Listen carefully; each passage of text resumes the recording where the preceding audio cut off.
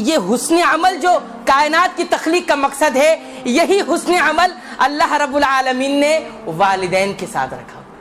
अल्लाह, यही हुस्न अमल वालिदैन के साथ अल्लाह रब्बुल आलमीन ने फरमाया। अल्लाह रब्बुल आलमीन सूरतुल इसरा, जिसे हम सूरह बनी इसराइल भी कहते हैं, उसकी आयत नंबर 23 और 24 के अंदर इरशाद फरमाया। देखिए हुस्न अमल क्या होता है और वालिदैन के हुकूक क्या होते हैं।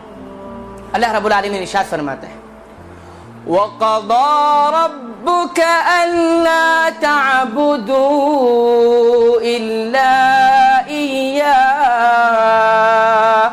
व बिल वालिदैनि इहसाना इम्मा यबलुगन्ना इंदकल किबर अहदुहुमा औ किलाहुमा फला तकुल लहुमा उफ़्फ़िन वला तन्हरहुमा वक़ुल लहुमा क़ौलन करीमा वख़्फ़िज़ लहुमा जनाहज़्ज़ुल्लि मिनर रहमह वक़ुल रब्बिरहमहुमा कमा रब्बयानी सग़ीरा।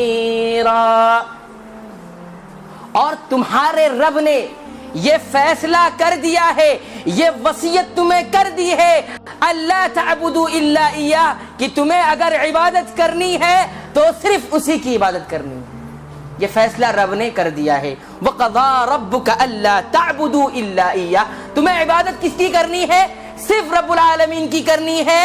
वबिल वालिदैनि इहसाना, और इस बात का भी फैसला कर दिया है कि तुम्हें अपने वालिदैन के साथ हुस्न करना है। देखा लफ्ज़ यहाँ पर इहसाना का लफ्ज़ इस्तेमाल हुआ, जो कि कायनात की तख्लीक का मकसद है। हुस्न वालिदैन के साथ, वबिल वालिदैनि इहसाना, तुम्हें वालिदैन के साथ, अपने पेरेंट्स के साथ, उन लोगों के साथ जो तुम्हारे वजूद का सबब बने हैं, उनके साथ तुम्हें एहसान करना है, हुस्न अमल करना है। कायनात की तख्लीक का मकसद भी यही। वबिल वालिदैनि